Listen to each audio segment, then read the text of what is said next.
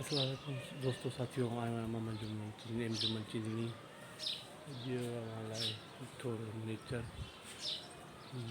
Sky. अॼु 24/6/2021 ते लाताणी कम सां सही ताईं कुझु शयूं किताब जेके ॾाढा वणिया जेके मां वठी आयुसि। मैडम फमीदा हुसैन जी डॉक्टर जो आत्म कथा आहे ऐं हीअ जेको आहे सो क्लासिकल नावल चलतापुर जा ॾाढो मशहूरु जेको आहे सो नवान जो तर्जुमा ॾाढो बहितरीनु सुठो नावलेट आहे। ऐं हीअ मदद अली सिंधी जो सुहिणियल आलमा आहे का जी शख़्सियत फ़न ते हयाती हवाले ॾाढो बहितरीनु सुठो किताबु आहे जेको आहे सो इहे शयूं कुझु वणियूं मां अॼु जेको आहे सो वठी आयुसि। ऐं मैडम फमीदा हुसैन जेको हयाती सुठो नालो जी आत्म कथा जीवन कहाणी को तमामु बहितरीनु जेको आहे सो किताबु आहे।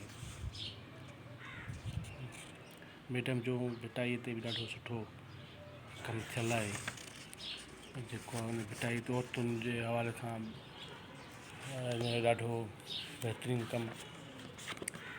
ऐं हिकिड़ो नंढिड़ो नावल जेको आहे हिस्पानी अदब जो आहे 16वीं सदी जी हिस्पानी नावल उर्दू में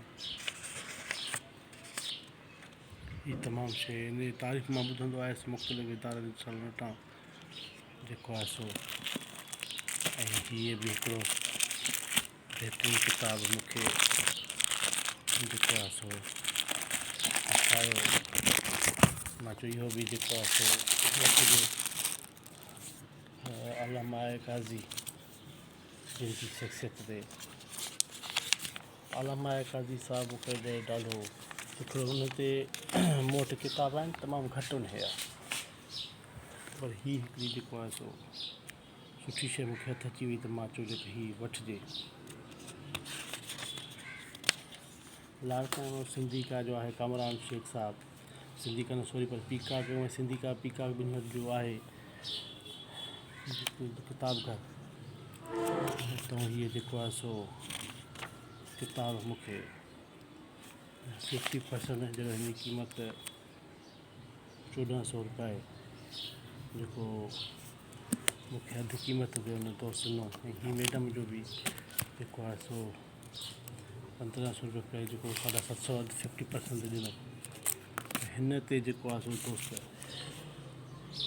चयो त हीअ हिन ते कंस्ट्रक्शन तव्हांखे माना मां 40% ॾियुमि 40% ते मूंखे ॾिनो। छो त चए पियो उर्दू जा कुझु असां कंस्ट्रक्शन घटि था कनि। मां चयो असां ऑनलाइन उते जा फ़ोन करे घुराईंदा आहियूं त बि असां फ़ोन ते 50% ॾींदा आहिनि। त असांखे 50% था ॾियनि त असां माना केतिरे में खपायूं। ठीकु आहे तव्हांजो होॾो न आहे कुझु शयूं जेके आहे सो तमामु सुठियूं मूंखे लॻियूं। पढ़ी वरी पोइ राय रखबी त कीअं आहे। मौज़ू ॾिसी मूंखे अंदाज़ो आहे त हिननि में मवाद ॾाढो सुठो ऐं चङो मवाद हूंदो। पढ़ण खां पोइ वधीक राय तव्हां दोस्त रखबी। महिरबानी लख लाइक़ कुर्ब।